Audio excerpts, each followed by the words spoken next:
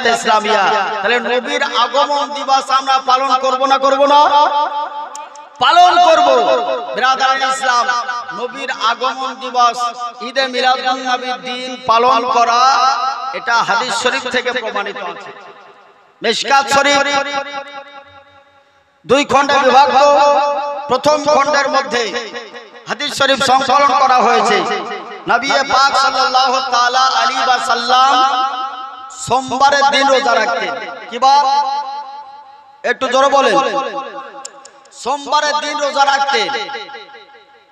তো একজন সাহাবী জিজ্ঞাসা করছেন, ইয়া রাসূলুল্লাহ, সোমবার को आप क्यों रोजा रखते हैं? যে সোমবারের দিনে আপনি কেন রোজা রাখেন?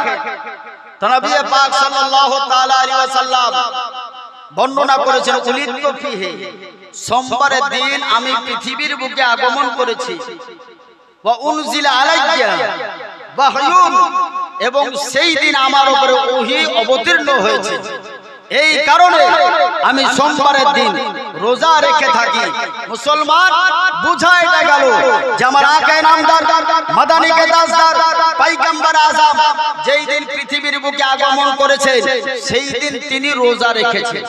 জিজ্ঞাসা করা হলো, ইয়া রাসূলুল্লাহ কেন রোজা রাখলেন?